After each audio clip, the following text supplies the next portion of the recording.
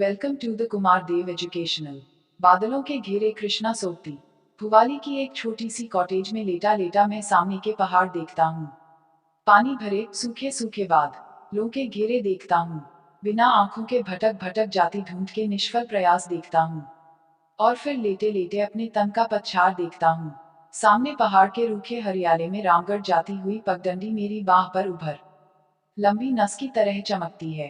पहाड़ी हवाएं मेरी उखड़ी उखड़ी सांस की तरह कभी तेज कभी हौले इस खिड़की से टकराती हैं। पलंग पर बिछी चद्दर और ऊपर पड़े कंबल से लिपटी मेरी देह चूने की सी कच्ची तह की तरह घुल ल जाती है और बरसों के ताने बाने से बुनी मेरे प्राणों की धड़कनें हर क्षण बंद हो जाने के डर में चूक जाती हैं। मैं लेटा रहता हूँ और सुबह हो जाती है। मैं लेटा रहता हूँ, शाम हो जाती है। मैं लेटा रहता हूँ, रात झुक जाती है। दरवाजे और खिड़कियों पर पड़े पर्दे मेरी ही तरह दिन रात सुबह शाम अकेले मौन भाव से लटकते रहते हैं। कोई इन्हें भरे भूरे हाथों से उठाकर कमरे की ओर बढ़ा नहीं जाता। रात सुबह शाम बारी बारी से मेरी शैया के पास घिर घिर आते हैं और मैं अपनी इन फीकी आंखों से अंधेरे और उजाले को नहीं, लोहे के पलंग पर पड़े अपने आप को देखता हूँ। अपने इस छूटते छूटते तन को देखता हूँ और देखकर रह जाता हूँ। आज इस रह जाने के सिवाय कुछ भी मेरे वश में नहीं रह गया। सब अलग जा पड़ा है। अपने कंधों से जुड़ी अपनी बाहों को देखता हूँ। मेरी बाहों में लगी वे भरी भरी बाहें कहाँ हैं? कहाँ है वह सुगंध भरे केश जो मेरे वक्ष पर बिछ बिछ जाते थे? कहाँ है वे रस भरे अधर जो मेरे रस में भीग भीग जाते थे? सब था, मेरे पास सब था, बस मैं आज सा नहीं था। जीने का संग था, सोने का संग था और उठने का संग था। मैं धुले धुले सिरहाने पर सा र डालकर सोता रहता और कोई हौले से चूम कर कहता, उठोगे नहीं?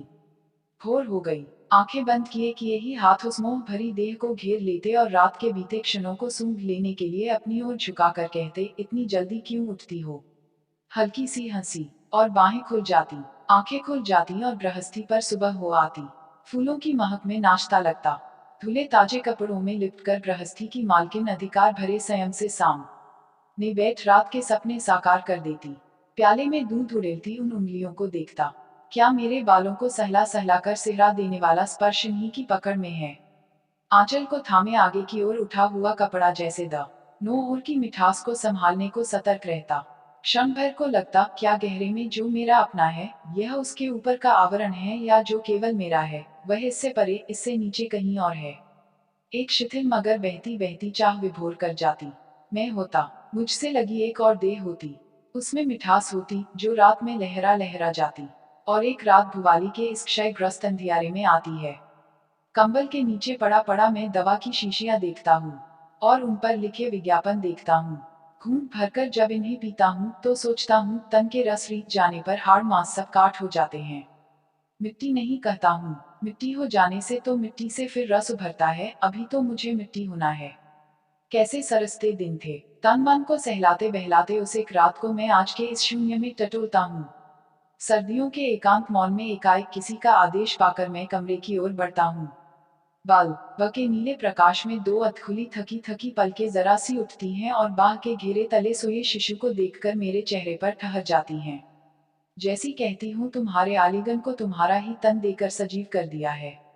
मैं उठता हूँ, ठंडे मस्तक को अधरों से छूकर यह सोचते सोचते उठता हूँ कि जो प्यार तन में जगता है, तन से उपजता है, वही देह पाकर दुनिया में जी भी जाता है। पर कहीं एक दूसरा प्यार भी होता है, जो पहाड़ के सूखे बादलों की तरह उठ उठाता है और बिना बरसे ही भटक भटक कर रह जाता है। वर्षों बीते। एक बार गर्मी में पहाड़ गया था। बुआ के यहाँ पहली बार उन आंखों सी आंखों को देखा था। धुपाती सुबह थी। नाश्ते की मेज से उठा तो परिचय करवाते करवाते न जाने क्यों बुआ का स्वर जरा सा अटका था।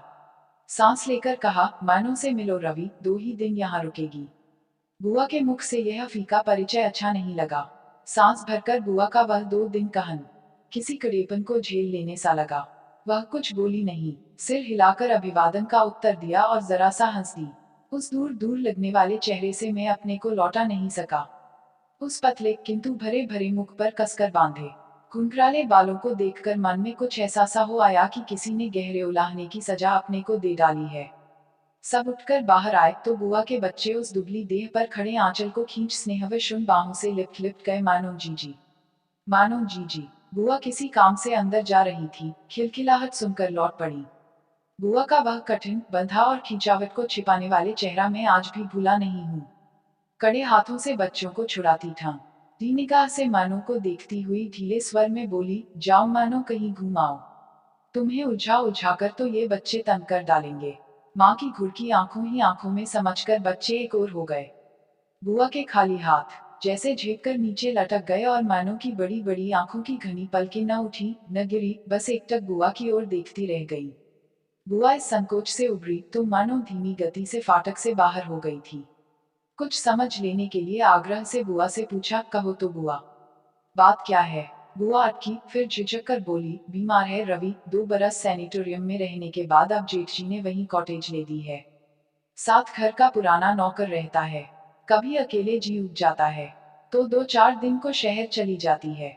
नहीं नहीं बुआ, मैं धक्का खाकर जैसे विश्वास नहीं करना चाहता। रवि, जब कभी 4-6 महीने बाद लड़की को देखती हूँ तो भूख प्यास सब सूख जाती है। मैं बुआ की इस सच्चाई को कुरेद लेने को कहता हूँ। बुआ, बच्चों को एकदम अलग करना ठीक नहीं हुआ, पल भर तो रुक जाती। बुआ ने बहुत कड़ी निगाह से देखा, जैसा कहना चाहती हो तुम यह सब नहीं समझोगे, और अंदर चली गई। बच्चे अपने खेल में जुट गए थे। मैं खड़ा खड़ा बार बार सिगरेट के धुएं से अपने तन का भय और मन की जिज्ञासा उड़ाता रहा। कितनी घुटन होगी उन प्राणों में। पर हुआ भी तो कुछ गलत नहीं था। उलझा उलझा सा मैं बाहर निकला और उतराई उतरकर झील के किनारे किनारे हो गया। सड़क के साथ साथ इस ओर छां थी। उछल उछल आती पानी की लहरें कभी धूप से रुपहली हो जाती थी। देवी के मंदिर के आगे पहुंचा तो रुका, जिंगले पर हाथ टेक ए झील में नौकाओं की दौड़ देखता रहा। बलिष्ठ हाथों में चप्पू थामे कुछ युवक तेज रफ्तार तल्लीताल की ओर जा रहे हैं। पीछे की किश्ती में अपने तन मन से बेखबर एक प्रौढ़ बैठा ऊँघ रहा है। उसके पीछे बोट क्लब की किश्ती में विदेशी युवतियां, फिर और 2-4 पाल वाली नौकाएं। एकाएक किश्ती में नहीं, जैसे पानी की नीची सतह पर वही पीला चेहरा देखता हूँ, वही बड़ी बड़ी आंखें, वही दुबली पतली बाहें, वही बुआ की घरवाली मानो। 2-4 बार मन ही मन नाम दोहराता हूँ, मानो मानो मानो। लगता है मैं ऊंचे किनारे पर खड़ा हूँ और पानी के साथ साथ मानो बही चली जा रही है। खींचे घुंघराले बाल, अनजपी पलकें। पर बुआ कहती थी बीमार है, मानो बीमार है। जंगले पर से हाथ उठाकर बुआ के घर की दिशा में देखता हूँ। चीना की चोटी अपने पहाड़ी संयम से सिर उठाए सदा की तरह सीधी खड़ी है। एक ढलती सी पथरीली ढलान को उसने जैसे हाथ से थाम रखा है। और मैं नीचे इस सड़क पर खड़े सोचता हूँ कि सब कुछ रोज जैसा है, केवल मन से उभर उभर आती वे 2 आंखें नहीं हैं और उन 2 आंखों के पीछे की बीमारी, जिसे कोई छू नहीं सकता, कोई उबार नहीं सकता। घर पहुंचा तो बुआ बच्चों को लेकर कहीं बाहर चली गई थी। कुछ देर ड्राइंग रूम में बैठा बैठा बुआ के सुघड़ हाथों द्वारा की गई सजावट को देखता रहा। कीमती फूलदानों में लगाई गई पहाड़ी झाड़ियां सुंदर लगती थी। कैबिनेट पर बड़ी कीमती फ्रेम में लगे सपरिवार चित्र के आगे खड़ा हुआ तो बुआ के साथ खड़े फूफा की ओर देखकर सोचता रहा कि बुआ के लिए इस चेहरे पर कौन सा आकर्षण है, जिससे बंधी बंधी वह दिन रात वर्ष मास अपने को निभाती चली आती है। पर नहीं, बुआ के ही घर में होकर यह सोचना मन के शील से परे है। झिझक कर ड्राइंग रूम से निकलता हूँ और अपने कमरे की सीढ़ियां चढ़ जाता हूँ। सिगरेट जलाकर झील के दक्षिणी किनारे पर खुलती खिड़की के बाहर देखने लगता हूँ। हरे पहाड़ों के छोटे बड़े आकारों में टीन की लाल लाल छतें और बीच बीच में मटियाली पगडंडियां। बुआ खाने तक लौट आएंगी और मानो भी तो। देर तक बैठा बैठा किसी पुराने अखबार के पन्ने पलटता रहा। बुआ लौटती नहीं। घड़ी की टन टन के साथ नौकर ने खाने के लिए अनुरोध किया। खाना लगेगा साहिब। बुआ कब तक लौटेंगी, खाने को तो मना कर गई हैं। कथन के रहस्य को मैं इन अर्थहीन सी आंखों में पड़ जाने के प्रयत्न में रहता हूँ। और जो मेहमान हैं, उद्धरण उद्धरण। नौकर तत्परता से झुककर बोला, आपके साथ नहीं साहिब, वह अलग से ऊपर खाएंगी। मैं एक लंबी सांस भरकर जले सिगरेट के टुकड़े को पैर के नीचे कुचल देता हूँ। शायद साथ खाने के डर से छुटकारा पाने पर, या शायद साथ न खा सकने की विवशता पर। उस खाने की मेज पर अकेले खाना खाते खाते क्या सोचता रहा था आज तो याद नहीं, बस इतना सा याद है, कांटे छुरी से उलझता बार बार मैं बाहर की ओर देखता था। मीठा कौर मुंह में लेते ही घोड़े की टाप सुनाई दी। ठिठक कर सुना, सलाम साहिब। धीमी मगर सधी आवाज, 2 घंटे तक पहुंच सकोगे ना। जी हुजूर। उद्धरण उद्धरण। सीढ़ियों पर आहट हुई और शायद अपने कमरे तक पहुंचकर खत्म हो गई। खाने के बर्तन उठ गए। मैं उठा नहीं। दोबारा कॉफी पी लेने के बाद भी वहीं बैठा रहा। एकाएक मन में आया कि किसी के छोटे से परिचय से मन में इतनी दुविधा उपजा लेना कम छोटी दुर्बलता नहीं है। आखिर किसी से मिल ही लिया हूँ, तो उसके लिए ऐसा सा क्यों हुआ जा रहा हूँ। घंटे भर बाद मैं किसी की पैरों चली सीढ़ियों पर ऊपर चढ़ा जा रहा था। खुले द्वार पर पर्दा पड़ा था। हौले से थाप दी, चले आइए। पर्दा उठाकर देहरी पर पांव रखा। हाथ में कश्मीरी शॉल लिए मानो सूटकेस के पास खड़ी थी। देखकर चौंकी नहीं, सहज स्वर में कहा, आइए। फिर सोफे पर फैले कपड़े उठाकर कहा, बैठिए। बैठते बैठता सोचा, बुआ के घर भर माँ सबसे अधिक सजा और साफ कमरा यही है। नया नया फर्नीचर, कीमती पर्दे और इन सब में हल्के पीले कपड़ों में लिपटी मानो। अच्छा लगा। बात करने को कुछ भी न पाकर बोला, आप लंच तो। जी मैं कर चुकी हूँ। और भरपूर मेरी ओर देखती रही। मैं जैसे कुछ कहलवा लेने को कहता हूँ, बुआ तो कहीं बाहर गई हैं। सिर हिलाकर मानो शॉल की तह लगाती है और सूटकेस में रखते रखते कहती है, शाम से पहले ही नीचे उतर जाऊंगी। बुआ से कहिएगा एक ही दिन को आई थी। बुआ तो आती ही होंगी। इसका उत्तर न शब्दों में आया, न चेहरे पर से। कहते कहते एक बार रुका, फिर न जाने कैसे आग्रह से कहा, एक दिन और नहीं रुक सकेंगी। वह कुछ बोली नहीं, बंद करते सूटकेस पर झुकी रही। फिर पल भर बाद जैसे स्नेह भरे हाथ से अपने बालों को छुआ और हंसकर कहा, क्या करूंगी यहाँ रहकर। भुवाली के इतने बड़े गांव के बाद यह छोटा सा शहर मन को भाता नहीं। वह छोटी सी खिलखिलाहट, वह कड़वाहट से परे का व्यंग्य आज इतने वर्षों के बाद भी मैं वैसे ही, बिल्कुल वैसे ही सुन रहा हूँ। वही शब्द हैं, वही हंसी और वही पीली सी सूरत। हम संग संग नीचे उतरे थे।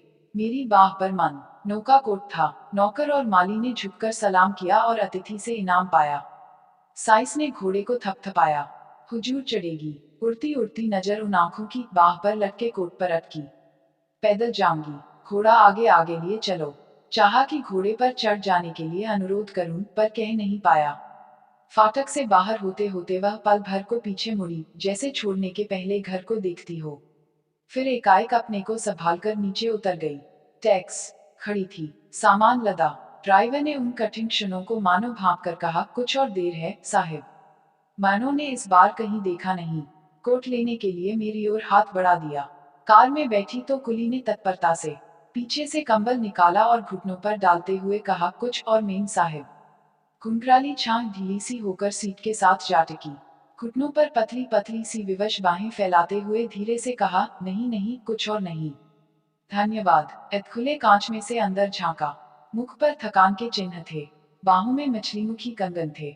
आंखों में क्या था यह मैं पढ़ नहीं पाया। वही पीली पतझड़ी दृष्टि उन हाथों पर जमी थी, जो कंबल पर एक दूसरे से लगे मौन पड़े थे। कार स्टार्ट हुई। मैं पीछे हटा और कार चल दी। विदाई के लिए न हाथ उठे न आधर हिले।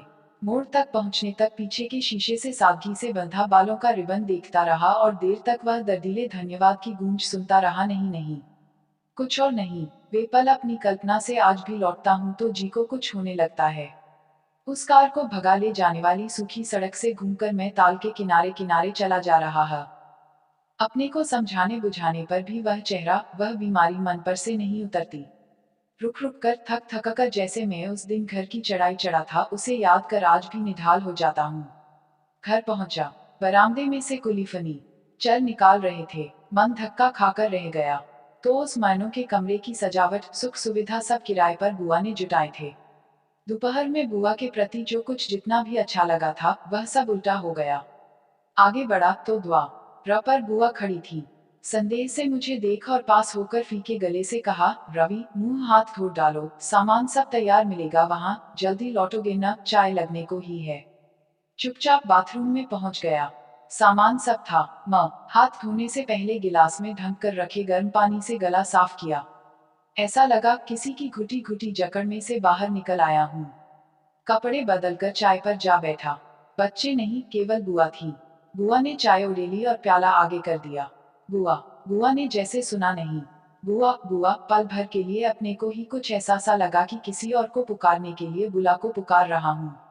बुआ ने विवश हो आंखें ऊपर उठाईं। समझ गया कि बुआ चाहती हैं कुछ कहूं नहीं, पर मैं रुका नहीं। बुआ 2 दिन की मेहमान तो एक ही दिन में चली गई। सुनकर बुआ चम्मच से अपनी चाय हिलाने लगी। कुछ बोली नहीं। इस मौन से मैं और भी निर्दयी हो गया। कहती थी, बुआ से कहना मैं एक ही दिन को आई थी। इसके आगे बुआ जैसे कुछ और सुन नहीं सकी। गहरा लंबा श्वास लेकर आहत आंखों से मुझे देखा। तुम कुछ और नहीं कहोगे रवि? और चाय का प्याला वहीं छोड़ कमरे से बाहर हो गई। उस रात दौरे से फूफा के लौटने की बात थी। नौकर से पूछा तो पता लगा 2 दिन के बाद आने का तार आ चुका है। चाहा एक बार बुआ के कमरे तक हो आऊं, पर संकोचवश पांव उठे नहीं। देर बाद सीढ़ियों में अपने को पाया तो सामने मानो का खाली कमरा था। आगे बढ़कर बिजली जलाई, सब खाली था, न पर्दे न फर्नीचर न मानो। एकाएक अंगीठी में लगी लकड़ियों को देख मन में आया, आज वह यहाँ रहती तो रात देर गए इसके पास यही बैठी रहती और मैं शायद इसी तरह जैसे अब यहाँ आया हूँ उसके पास आता। उसके यह सब मैं क्या सोच रहा हूँ, क्यों सोच रहा हूँ? किसी अनदेखे भय से घबराकर नीचे उतर आया। खिड़की से बाहर देखा, अंधेरा था। सिरहाना खींचा, बिजली बुझाई और बिस्तर पर पड़े पड़े भुवाली की वह छोटी सी कॉटेज देखता रहा जहां अब तक मानो पहुंच गई होगी। रवि। मैं चौंका नहीं, यह बुआ का स्वर था। बुआ अंधेरे में ही पास आ बैठी और हौले हौले सिर सहलाती रही। बुआ। बुआ का हाथ पल भर को थमा, फिर कुछ झुककर मेरे माथे तक आ गया। रुंधे स्वर से कहा, रवि तुम्हें नहीं, उस लड़की को दुर्राती हूँ। अब यह हाथ उस तक नहीं पहुँचता। मैं बुआ का नहीं, मानो का हाथ पकड़ लेता हूँ। बुआ देर तक कुछ नहीं बोली। फिर जैसे कुछ समझते हुए अपने को कड़ा कर कहा, रवि उसके लिए कुछ मत सोचो, उसे अब रहना नहीं है। मैं बुआ के स्पर्श तले सिहर कर कहता हूँ, बुआ मुझे ही कौन रहना है। आज वर्षों बाद भुवाली में पड़े पड़े मैं असंख्य बार सोचता हूँ कि उस रात में अपने लिए यह क्यों कह गया था। क्यों कह गया था वे अभिशाप के बोल जो दिन रात मेरे इस तन मन पर से सच्चे उतरे जा रहे हैं। सुनकर बुआ को कैसा लगा नहीं जानता। वे हाथ खींच कर उठी, रोशनी की और पूरी आंखों से मुझे देखकर अविश्वास और भर्त्सना से कहा, पागल हो गए हो रवि। उसके साथ अपनी बात जोड़ते हो जिसके लिए कोई राह नहीं रह गई, कोई और राह नहीं रह गई। फिर कुर्सी पर बैठते बैठते कहा, रवि तुम तो उसे सुबह शाम तक ही देख पाए हो। मैं वर्षों से उसे देखती आई हूँ और आज पत्थर सी निष्ठुर हो गई हूँ। उसे अपना बच्चा ही करके मानती रही हूँ। यह नहीं कहूंगी, अपने बच्चों की तरह तो अपने बच्चों के सिवाय और किस रखा जा सकता है। पर जो कुछ जितना भी था, वह प्यार वह देखभाल सब व्यर्थ हो गए हैं। कभी छुट्टी के दिन उसका बोर्डिंग से आने की राह तकती थी। अब उसके आने से पहले उसके जाने का क्षण मनाती हूँ और डरकर बच्चों को लिए घर से बाहर निकल जाती हूँ। बुआ के बोल कठिन हो आए। रवि, जिसे बचपन में मोहविश कभी डराना नहीं चाहती थी, आज उसी से डरने लगी हूँ। उसकी बीमारी से डरने लगी हूँ। फिर स्वर बदलकर कहा, तुम्हारा ऐसा जीवट मुझ में नहीं कि कहूँ, डरती हूँ। बुआ ने यह कहकर जैसे मुझे टटोला और मैं बिना हिले डुले चुपचाप लेटा रहा। बुआ असमंजस में देर तक मुझे देखती रही, फिर जाने को उठी और रुक गई। इस बार स्वर में आग्रह नहीं, चेतावनी थी, रवि कुछ हाथ नहीं लगेगा। जिसके लिए सब राह रुकी हो उसके लिए भटको नहीं। पर उस दिन बुआ की बात मैं समझा नहीं, चाहने पर भी नहीं। अगली सुबह चाहा कि घूम घूम कर दिन बिता दूं। घोड़ा दौड़ाता लड़िया कांटा पहुंचा और उन्हीं पैरों लौट आया। घर की ओर मुंह करते करते न जाने क्यों मन को कुछ ऐसा लगा कि मुझे घर नहीं, कहीं और पहुंचना है। चढ़ाई के मोड़ पर कुछ देर खड़ा खड़ा सोचता रहा और जब ढलती दोपहरी में तल्लीताल की उतराई उतरा तो मन के आगे सब साफ था। मुझे भुवाली जाना था। बस से उतरा। अड्डे पर रामगढ़ के लाल लाल सिबों के ढेर देखकर यह नहीं लगा कि यही भुवाली है।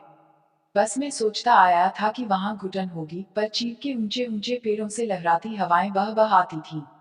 छांव ऊपर उठती है, धूप नीचे उतरती है और भू वाली मन को अच्छी लगती है, तन को अच्छी लगती है। चौराहे से होकर पोस्ट ऑफिस पहुंचा।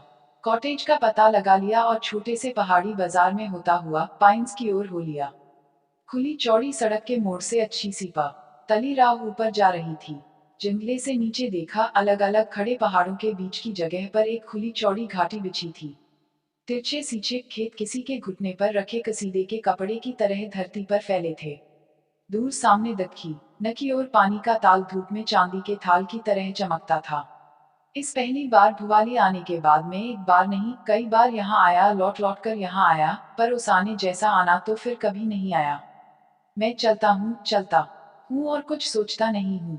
न यह सोचता हूँ कि मानो के पास जा रहा हूँ, न यह सोचता हूँ कि मैं जा रहा हूँ। बस चला जा रहा हूँ। पेड़ के तने पर लिखा है पाइन्स। लकड़ी का फाटक खोलता हूँ और गमलों की कतार के साथ साथ बरामदे तक पहुंच जाता हूँ। कारपेट पर हौले हौले पांव रखता हूँ कि कम आवाज हो। द्वार खटखटाता हूँ और झुकी कमर पर अनुभवी चेहरा इधर बड़ा आता है। जान लेता हूँ कि यही पुराना नौकर है। घर में है। बिटिया को पूछते हो बेटा? मैं सिर हिलाता हूँ। बिटिया नीचे ताल को उतरी थी, लौटती ही होंगी। मैं बाहर खुले में बैठा बैठा प्रतीक्षा करता हूँ। मानो अब आ रही है, आने वाली है, आती ही होगी। थक कर तक की ओर पीट कर लेता हूँ। जब यह सोचूंगा कि वह देर से आएगी तो वह जल्दी आएंगी। घोड़े की टाप सुन पड़ती है। अपने को रोक लेता हूँ और मुड़कर देखता नहीं। बाबा, पुकार का सा स्वर लगा कि दो आंखें मेरी पीठ पर हैं। उठा, बढ़कर मानो की ओर देखा। आंखों में न आश्चर्य था, न उत्कंठा थी, न उदासीनता ही। बस मानो की ही आंखों की तरह वह दो आंखें मेरी ओर देखती चली गई थी। बाबा, बूढ़ा नौकर लपक कर घोड़े के पास आया और लाड़के से स्वर में बोला, उतरो बिटिया, बहुत देर कर दी। और हाथ आगे बढ़ा दिया। मानो सहारा लेकर नीचे उतरी, तनिक अम्मा को तो बुलाओ। बाबा, मेरा जी अच्छा नहीं। सुख तो है बिटिया? चिंता का यह स्वर सुनकर बिटिया जरा सा हंस दी। फिर रुककर लंबी सांस भरकर बोली, अच्छी भली हूँ बाबा, बड़ी अम्मा से कहो बिछौना लगा दे। बाबा ने बिटिया के लिए कुर्सी खींच दी। फिर सहमकर पूछा, बिटिया लेटोगी? हाँ बाबा। इस बार मनु ने झिझक से बाबा की ओर देखा नहीं, जैसे कोई अपराध बन आया हो। फिर मेरी ओर झुककर कहा, क्या बहुत देर हुई? नहीं, मैं सिर हिलाता हूँ, पर आंखें नहीं। ठहरकर अधिकार से पूछता हूँ, क्या जी अच्छा नहीं? मानो ने पल भर को थकी थकी पलकें मूंद ली और कुछ बोली नहीं। बूढ़ी दासी दौड़ी दौड़ी शॉल लिए आए और कंधों पर उड़ाकर जैसे अपने को ही दिलासा देने के लिए कहा, बिटिया ख्याली क्यों घबराने लगी? अभी सब ठीक हुआ जाता है। इनके लिए चाय भेजूं? मानो एकदम कुछ कह नहीं पाई। फिर कुछ सोचकर बोली, अम्मा पूछ देखो, पिएंगे तो नहीं? मैं कुछ ठीक ठीक समझा नहीं। व्यस्त होकर कहा, नहीं नहीं, मुझे अभी कुछ भी पीना नहीं है। मानो ने जैसे ना सुना, न मुझे देखा ही। फिर जैसे अम्मा को मेरे परिचय की गंभीरता जताने के लिए पूछा, चाची तो अच्छी हैं, अभी चाचा लौटे तो न होंगे? बड़ी माँ झट समझ गई। मानो की चाची के यहाँ से आया हूँ। बोली, बेटा आने की खबर देते तो मानो के लिए कुछ मंगवा लेती। अम्मा अंदर जाके देखो न, मैं थकी हूँ, अब बैठूंगी नहीं। मैं लज्जित सा बैठा रहा। कुछ फल ही लिए आता। मानो कुछ देर मेरे चेहरे पर मेरा मन पड़ती रही, फिर धीमे से ऐसी बोली मानो मुझे नहीं, अपने को कहती है, यहाँ न कुछ लाना ही ठीक है, न यहाँ से कुछ ले ही जाना। मैं अपनी नामस्त्री पर पछता कर रह गया। मानो अंदर चली तो आप में भी साथ हो लिया। कंबल उठाकर बड़ी माँ ने बिटिया को लिटाया, बाल ढीले करते करते माथे को छुआ और मेरे लिए कुर्सी पास खींचकर बाहर हो गई। मानो मानो बोली नहीं। दुबली सी बाह तनिक सी आगे की और फिर एकाएक कुछ सोचकर पीछे खींच ली। आज जब स्वयं भी मानो सा बन गया हूँ, 100 बार अपने को न्यौछावर कर उसी क्षण को लौटा लेना चाहता हूँ। मैं कुर्सी पर बैठा बैठा क्यों उस बाह को छू नहीं सका था? क्यों उस हाथ को सहला नहीं सका था? उमड़ते मन को किसी ने जैसे जकड़कर वहीं उस कुर्सी पर ठहरा लिया था। क्या था उस झिझक में? क्या था उस झिझकने वाले मन में? रहा होगा, यही भय रहा होगा, जो अब मुझसे मेरे प्रियजनों को दूर रखता है। उस रात जब जाने को उठा था तो आंखों का मुंह पीछे बांधता था, मन का भय आगे खींचता था और जब जल्दी जल्दी चलकर डाक बंगले में पहुंच गया तो लगा कि मुक्त हो गया हूँ। क्षण क्षण जकड़ते बंधन से मुक्त हो गया हूँ। उस अभागी रात में जो मुक्ति पाई थी, वह मुझे कितनी फली, चाहता हूँ आज एक बार मानो देखती तो। रात भर ठीक से सो नहीं पाया। बार बार नींद में लगता कि भुवाली में हूँ। भुवाली में सोया हूँ। वही पाइन्स का बड़ी बड़ी खिड़कियों वाला कमरा है।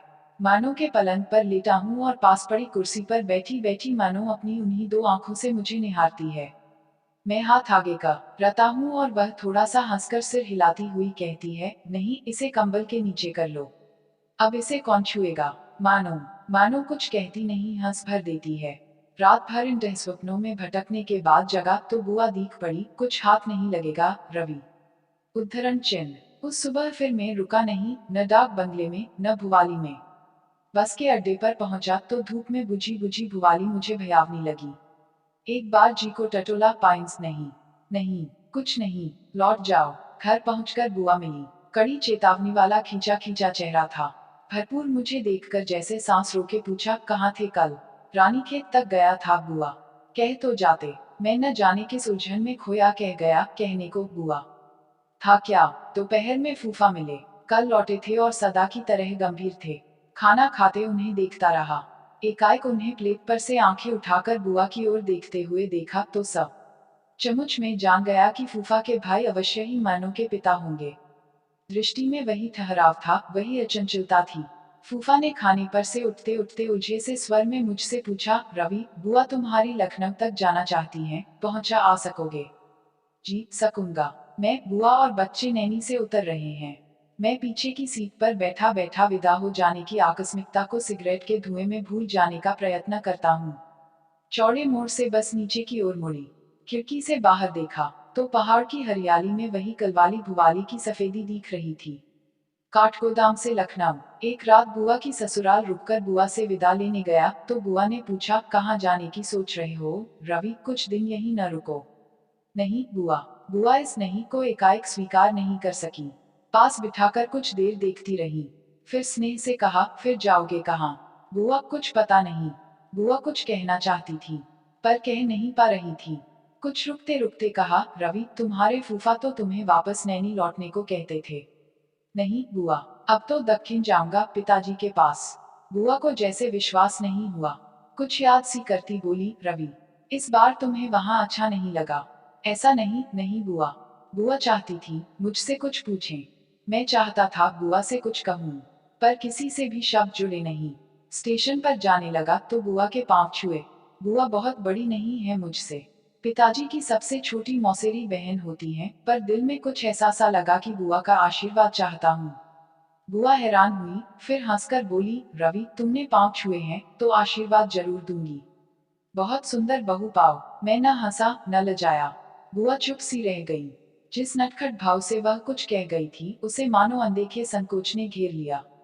टिकट लिया, कुली के पास सामान छोड़ ला, प्लेटफॉर्म पर घूमने लगा। आमने सामने कोई गाड़ी नहीं थी। लाइनों पर बिछे खालीपन ने उलझे मन को एकाएक खोल दिया। जो कुछ भी सोच रहा था सोचता चला गया। मन न भुवाली पर अटका, न पाइंस पर, न मरनों पर। पिछला सब भी तक गया लगा। बुआ का आशीर्वाद कल्पना में मुखर हो आया। घर होगा, घर की रानी होगी, मैं हूंगा। बुआ का आशीर्वाद झूठ नहीं निकला। सच में ही मेरा घर बना। सुंदर घरनी आई और उसे मैं ही ब्याह कर लाया। पर उस दिन जहाँ का टिकट ले लिया था, वहाँ की गाड़ी मुझे खींचकर प्लेटफॉर्म पर से ले जा नहीं सकी। गाड़ी आ लगी है। कुली सामान लगाता है और मैं बाहर खड़े खड़े देखता हूँ मुसाफिर, कुली, सामान, बच्चे, बूढ़े। साहिब, गाड़ी छूटने पे 10 मिनट हैं। मैं अपनी घड़ी देखता है और सिर हिला देता हूँ कि मैं जानता हूँ। कुली एक बार फिर अंदर जाकर असबाब ऊपर नीचे करता है और साफा ठीक करते हुए बाहर निकलकर कहता है, हरी बत्ती हो गई है साहिब। बत्ती की ओर देखता हूँ और देखता चला जाता हूँ। वही कद है, वही दुबली पतली देह, वही धुला धुला सा चेहरा। वही वही आवेश से कहता हूँ, कुली, सामान उतार लो साहिब, जल्दी करो जल्दी। कुली फिर मेरे सामान के पास है। टिकट वापस कर नया ले लिया। स्टेशन से फल के टोकरे बंधवाए, चाय पी और बरेली के लिए गाड़ी में जा बैठा। जहाँ मुझे जाना है वहीं जाकर रहूंगा। जब मैं ही नहीं रुकता हूँ तो मुझे कौन रोकेगा? क्यों रोकेगा? घर में आगे लॉन में बैठा सर्दियों की ढलती धूप में अलसा रहा हूँ। अंदर से माँ निकली और पास बैठते हुए कहा, बेटा, इस बार छुट्टी में आ ही गए हो तो ठहर जाओ। बार बार इनकार करना अच्छा नहीं लगता। माँ की बात सुनकर मैं सयाने बेटे की तरह हंसता हूँ और मन ही मन सोचता हूँ कि माँ कितना ठीक कहती है। अपनी नौकरी पर रहता हूँ और अकेले आदमी के खर्च से कहीं अधिक कमाता हूँ, फिर क्यों इनकार करूँगा? माँ की आशा के विपरीत बड़ी आवाज में कहता हूँ, माँ, जो तुम्हें रुचे वही मुझे भाएगा। बेटा, लड़की देखना चाहोगे? हाँ माँ, लगा। माँ मन ही मन हंसी। खाने के बाद रात को ड्रिंक कराया तो कमरे में शांति थी। मन में शांति थी। किसी को देखने के लिए कॉलेज के दिनों वाली उतावली जिज्ञासा मन में नहीं रह गई थी। लगा कि अकेले रहते रहते किसी के संग की आशा नहीं कर रहा, उसे तो अपना अधिकार करके मान रहा हूँ। हाथ में किताब लेकर रात को लेटा तो पढ़ते पढ़ते उग गया। आंखों के अंधेरे में देखा किसी पहाड़ पर चढ़ा जा रहा हूँ। दूर चीड़ के पेड़ों के झुंड दिखते हैं, आसमान सब सुनसान है, अपनी पदचाप के सिवाय कोई आवाज नहीं। एकाएक किसी का स्वर गूंजता है, इधर उधर, और अंधेरे में हिलता एक हाथ आगे बड़ा बड़ा आता है, मेरे गले की ओर, निकट और निकट। दुबली कलाई, पतली अंगुलियां। मैं डरता हूँ, पीछे हटता हूँ और घबराकर आंखें खोल देता हूँ। उठा, खिड़की का पर्दा उठाकर बाहर झांका। लॉन के दाहिने हरी घास पर पिताजी के कमरे की लाइट फैली थी। संभला, लंबी सांस लेकर बालों को छुआ तो माथा ठंडा लगा। भयावना सुनापन और अंधेरे में वह हाथ, मन से जिसे भूल चुका हूँ, उसे आज ही याद क्यों आना था? क्यों याद आना था? क्यों दिख जाना था उस हाथ को जो वर्षों गए पाइन्स की उतराई से उतरते उतरते मैंने अंतिम बार देखा था? छुआ था नहीं कहूंगा, क्योंकि असंख्य बार सोच सोचकर छू भर लेने के लिए बांह आगे करना छू लेना नहीं होता। महीना भर नैनी में रहते हुए बार बार भुवाली से लौटने के बाद जब अंतिम बार मैं मानो के पास से लौटा था, तो लौट लौट कर उस लौटने को न लौटना करना चाहता था। 3 बार नीचे उतरा था और 3 बार मुड़कर ऊपर गया था। मानो शॉल में लिपटी आराम कुर्सी पर अधलेटी थी। पास खड़े होकर उसकी चुप्पी को जैसे उस पर से उतार देने को उदास स्वर में कहा, कल तो नैनी से नीचे उतर जाऊंगा। मानो ने नीचे फैले शाल को सहज सहज सहेजा। 1 महीने पहले वाली दृष्टि मुख पर लौट आई। वही पराया सा देखना, वही दूर दूर सा लगता चेहरा। मानो, चाहता हूँ, मानो से कुछ तो कहूँ, पर क्या कहूँ? यह कि जल्दी लौटूंगा। क्षण क्षण अपने से कहता हूँ आऊंगा, फिर आऊंगा, पर जिस निगाह से मानो मुझे देखती है, वह जैसे बिना बोल के यह कहे जा रही है कि अब तुम यहाँ नहीं आओगे। मानो, रवि, और बस कठिन सी होकर थोड़ा सा हंसी और हाथ जोड़ दिए नमस्कार। इन जुड़े जुड़े हाथों को देखता रहा। जरा सा आगे बढ़ा कि विदा दूं, पर न जाने क्यों खड़ा का खड़ा रह गया। समझाने के से स्वर में मानो बोली, देर होती है रवि। जी भरकर देखने वाली अपनी आंखों को झुकाकर मैं जल्दी जल्दी नीचे उतर गया। मैं फिर लौटूंगा, फिर, पर क्या सदा के लिए चला जा रहा हूँ?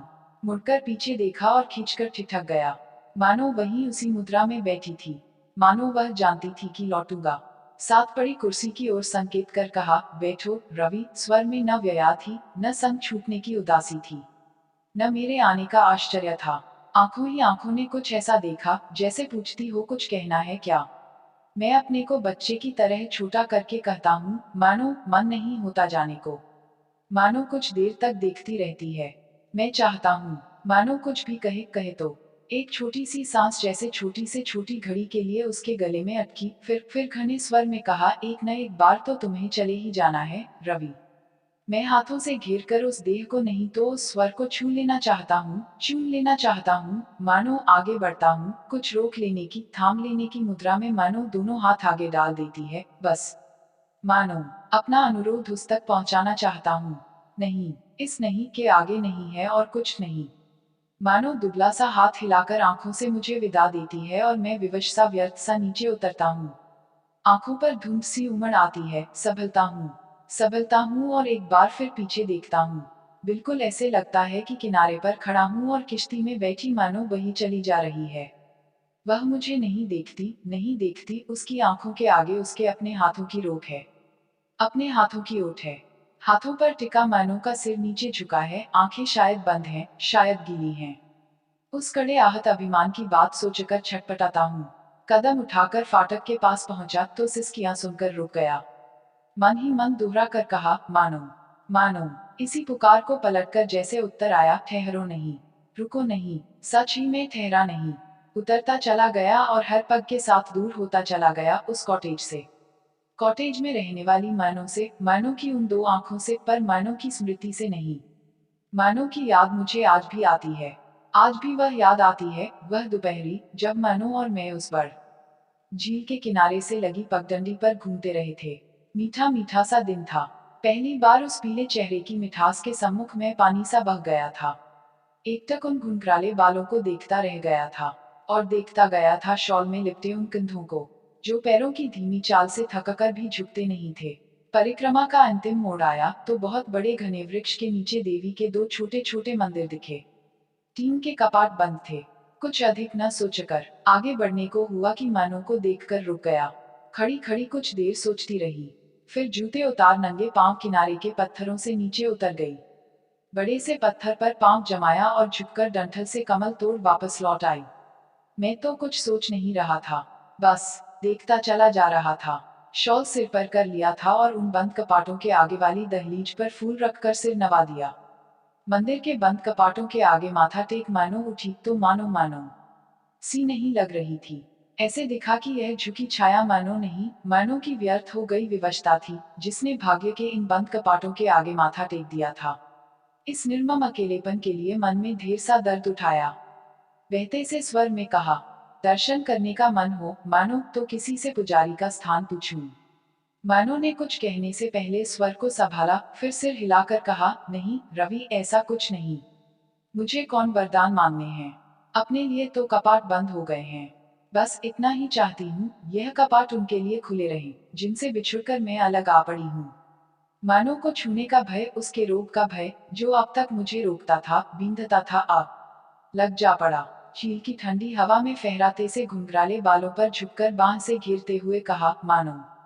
मानो चौंकी नहीं, कंधे पर पड़ा हाथ धीरे से अलग कर दिया और समूची आंखों से देखते हुए बोली, रवि, जिसे तुम झेल नहीं सकते उसके लिए हाथ न बढ़ाओ। आवाज में न उलाहना था, न व्यंग्य था, न कटुता। बस जो कहने को था वही कहा गया था। इस कहने का उत्तर मैं उस दिन नहीं दे पाया। बार बार मानो के पास जाने पर भी नहीं दे पाया, और नहीं दे पाया विदा के उन क्षणों में, जब मानो को रोता छोड़ मैं अंतिम बार पाइन्स की उतराई उतरता चला गया था। जिस दुर्बलता से काया बनकर डरा था, वह आज अपने पर ही बीत गई है। आज अपने लिए, मानो के लिए उस कायरता को कोसता हूँ। घर में चहल पहल थी। माँ को सुंदर बहू मिली, मुझे भली संगिनी। भोलेपन से मुस्कुराती मीरा को देखता हूँ तो कहीं खो जाने को मन चाहता है। लेकिन अब खोऊंगा क्यों? अब तो बंध गया हूँ, बंधा रहूंगा। आसपास नाते रिश्ते हैं, मित्र बंधु हैं। ब्याह वाले घर के ऊंचे कहकहे सुनकर खुशी से मन उमड़ उमड़ आता है। कैसा आयोजन होता है वह भी। एक दिन जो बात शुरू हो जाती है उसे संपूर्ण अंतया पूर्ण कर दिया जाता है। इतने समूचे मन से ब्याह के सिवाय और क्या होता है, जो संपन्न होकर एक टेक पर एक विराम पर पहुंच जाता है। तन मन घर द्वार अंदर बाहर सब एक ही प्यार में भीग जाते हैं। कल मी रा को लेकर समुद्र किनारे चला जाऊंगा। महीना भर रुककर वहां के लिए प्रस्थान करेंगे, जहां अब तक मैं बेघर सा होकर रहता रहा हूँ। उस अपार असीम सागर के किनारे एक दूसरे पर छा छा जाते हम घंटों घूमते रहे। बीच बीच में ठहरते और मोहवश एक दूसरे में छिपे अपने अपने प्यार को चूमते। सुबह शाम दिन रात कहाँ छिपते कहाँ डूबते, यह हम देख देख कर भी नहीं देखते थे। इसके बाद प्रहरों की तरह बीत गए वे 10 वर्ष। संग संग लगे, बिछोह से दूर मग्न दिन रात। मीरा और बच्चों से दूर इस कॉटेज में पड़ा पड़ा आज भी पीछे लौटता हूँ तो बहुत निकट से किसी सांस का स्वर सुनता हूँ। हम कितने सुखी हैं, कितने। चाहता हूँ किसी की आंखों में देखकर इसका उत्तर दूं, किसी को छूकर कुछ कहूँ, पर सुनने वाला कोई पास नहीं। बच्चों के लिए मीरा ने मेरा मुंह छोटा कर लिया। गए महीने रानीखेत जाते मीरा बच्चों के संग घंटे भर को यहाँ रुकी थी। बरामदे में लेटे लेटे उन तीनों को ऊपर आते देखता रहा। फाटक पर पहुंचकर मीरा पल भर को ठिठकी थी, फिर दोनों हाथों से बच्चों को घेरे अंदर ले आई। मुन्ना, रानी, प्रणाम करो बेटा। बच्चों के झिझक से बंधे हाथ मेरी ओर उठे। देखकर कंठ भर आया। मेरा भाग्य मुझसे दूर, मुझसे अलग जा पड़ा है। मेरे ही बच्चे आश्चर्य की दृष्टि से मुझे देख माँ की आज्ञा का पालन कर रहे हैं। मीरा जब तक रही आंखें पोंछती रही। कुछ कहने को, कुछ पूछने को उसका वार बंधा नहीं। अपने सुंदर सुकुमार बच्चों को अपने ही डर के कारण पूरी तरह निरख नहीं पाया। केवल मीरा की ओर देखता रहा कि जो आज मुझे मिलने आई है, उसमें मेरी पत्नी कहाँ है वह जो सचमुच में मेरी थी। भरी आंखों से मीरा की कलाई की घड़ी देखने की निठुराई से आहत हूँ मैं। फटी फटी रूखी दृष्टि से फाटक की ओर देखने लगा कि मेरा ही परिवार कुछ क्षण में मुझे यहाँ अकेला छोड़ मुझसे दूर चला जाएगा। एक बार मन हूँ आकी बच्चों को पकड़ने वाली उन दो बाहों को अपनी ओर खींच कर कहूँ, मैं तुम्हें नहीं जाने दूंगा, नहीं जाने दूंगा। पर बच्चों की छोटी छोटी आंखों का अपरिचय उस आवेश को दूर तक काटता चला गया। चौंक कर देखा, मीरा पास आकर झुकी और अधरों से मस्तक छूकर हौले से पीछे हट गई। उठ बैठा कि एक बार प्यार दूं, एक बार प्यार लूं। कि हाथों में मुंह छिपा रोते रोते मीरा इन बाहों से आ लगी। मीरा की आंखों से भीगी अपनी रोती आंखों को पोंछकर आसपास देखा तो टूटा बांध सब कुछ बहा ले गया था। न पास मीरा थी, न बच्चे। तकियों के सहारे सिर ऊंचा करके देखा, उतराई के तीसरे मोड़ पर तीनों चले जा रहे थे। मीरा मेरी ओर से पीठ मोड़े आगे की ओर झुकी थी। बच्चे एक दूसरे की उंगली पकड़े कभी माँ को देखते होंगे, कभी राह को। सांस रोके प्रतीक्षा करता रहा, पर किसी ने पीछे नहीं देखा, न मीरा ने, न मेरे बेटे ने। कंवल छोटी रानी के बालों में गुंथा गुलाबी, रिबन देर तक हिल हिलकर मेरी आंखों से कहता रहा, पापा हम चले गए, पापा हम चले गए। सच ही सब चले गए हैं। इसलिए नहीं कि उन्हें जाना था, इसलिए कि मैं चला जा रहा हूँ। ऐसे ही एक दिन मानो के जाने को भापक रमे उतराई से उतरता चला गया था। मेरी ही तरह अकेले में मानो रोई थी। अब जान पाया हूँ कि हाथों में मुंह छिपाकर वह रोना कितना अकेला रोना था। पर उस बार जाकर बरसों मैंने मानो की सुधि नहीं ली। जब कभी नींद में देखता वह दुबली देह, बड़ी बड़ी आंखें और कंबल पर फैली पतली पतली बाहें, तो जागकर उद्वेग से मीरा की ओर बढ़ जाता। एक बार दौरे पर लखनऊ आया तो बुआ मिली। देर तक इधर उधर की बातें करने के बाद एकाएक स्वर बदल बोली, रवि मानो तो अब नहीं रही। नहीं बुआ, मैं पिता हो जाने के गांभीर्य को संभालते कहता हूँ। नहीं बुआ नहीं। बुआ जैसे मुझे कई वर्षों पहले के उस रवि को कहती हैं, रात को सोई तो जगी नहीं। अम्मा छुट्टी पर थी। सुबह सुबह ख्याली अंदर आया तो सांस चुप गई थी। मैं रुंधे गले से जैसे कुछ पूछने को कहता हूँ, बुआ। बुआ आंख पोंछती कुछ सोचती रही, फिर दर्द से बोली, रवि एक बार उसे पत्र तो लिख दे। मैं रुमाल से रुलाई सूखने लगा। तुम्हारे नाम का एक पार्सल छोड़ गई थी अलमारी में। खोला तो जर्सी थी। दूसरे दिन बुआ के पास फिर आया तो जल्दी जल्दी पांव छूकर कहा, अच्छा बुआ। रवि, बुआ की वही कल वाली आवाज थी। मैंने सिर हिलाकर घोर विवशता के से स्वर में कहा, नहीं बुआ नहीं। बुआ समझ गई, मैं कुछ भी जानना नहीं चाहता हूँ। पर जैसे मन ही मन मानो के लिए टूटकर बोली, यही बार बार सोचती हूँ कि जिसके प्यार को भी कोई न छू सके, ऐसा दुर्भाग्य उसे क्यों मिला, क्यों मिला। लखनऊ से लौटकर मैं कई दिन मन से मानो को उतार नहीं पाया। यही देखता कि पाइन्स में कुर्सी पर बैठी वह मेरे लिए जर्सी तैयार कर रही है, वही हाथ हैं, वही दृष्टि है। और एक दिन साल भर घर में बीमार रहने के बाद मैं भुवाली पहुंच गया। वही चीर की ठंडी हवाएं थी, वही सुहानी धूप थी, वही भुवाली थी और वही मैं था। पर इस बार किसी का पता करने मुझे पोस्ट ऑफिस की ओर नहीं जाना था। पाइन्स के सामने वाले पहाड़ पर किसी के अभिशाप से बनी कॉटेज में पहली बार सोया तो भर भर आते कंठ से रात भर एक ही नाम पुकारता रहा, मानो। मानो आज वह होती तो मुझे झेल लेती। हर रोज सुबह उठते बरामदे से पाइन्स देखता हूँ और मन ही मन कहता हूँ, मानो। मानो जिस मीरा को मैंने वर्षों जाना है, वह अब पास सी नहीं लगती, अपनी सी नहीं लगती। उसे मैंने छू छू कर छुआ था, चूम चूम कर घूमा था, पर मन पर जब मोह और प्यार की उछलन आती है तो मीरा नहीं, मानो की आंखें ही सगी दिखती हैं। खिड़की के सामने लेटे लेटे अकेलेपन से घबराकर जब मैं बाहर द खता हूँ तो धुंध भरे बादलों के घेरों में घुंघराले बालों वाला वही चेहरा दिखता है, वही। आए दिन दवा के नए बदलते हुए रंग देखकर अब इतना तो जान गया हूँ कि इस छूटते छूटते तन में मन को बहुत देर भटकना नहीं होगा। एक दिन खिड़की से बाहर देखते देखते इन्हीं बादलों के घेरे में समा जाऊंगा, इन्हीं में समा जाऊंगा। जनवरी 1955। Thanks for watching. Like share and subscribe.